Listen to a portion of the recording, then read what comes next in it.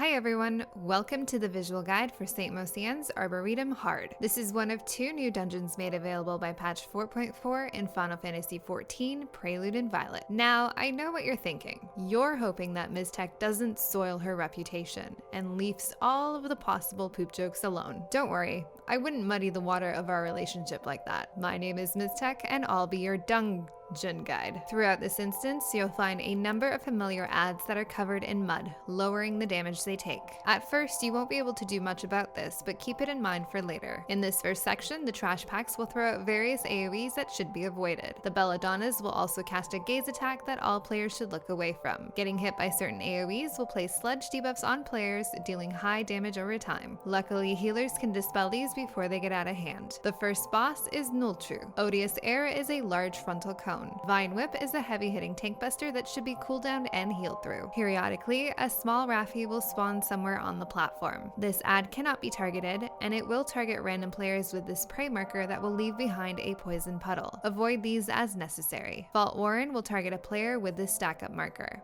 The group should stack together to share the incoming damage. Eventually, the boss will get hungry and turn towards the Raffi ad. It will jump to it, devour it, and then turn back towards the center, casting a massive 180-degree frontal attack. Getting hit by this will place a poison debuff on you that can be dispelled. To avoid the attack completely, players can start to move towards the Raffi ad as soon as Devour begins to cast, allowing them to quickly move behind the boss as soon as he starts that attack. Taproot will target all players for AoE circles. Spread these apart to avoid overlapping damage. These mechanics will repeat until the boss is down. In this section, players will need to be on the lookout for this massive circle AoE attack cast by the Bolokos. Anything caught inside this area will be turned into a plant for 10 seconds, including players and enemies, so watch your step. The second boss is Lakhamu. As soon as the fight begins, you'll notice the outer edge of the platform turn into a thorny danger zone that afflicts you with a bleed and stacking vulnerability up debuff. You'll want to avoid this. Stone 2 is a heavy-hitting tank buster. Cooldown and heal through this as necessary. Tectonics will do group-wide damage throughout the fight. When the boss casts Landslip,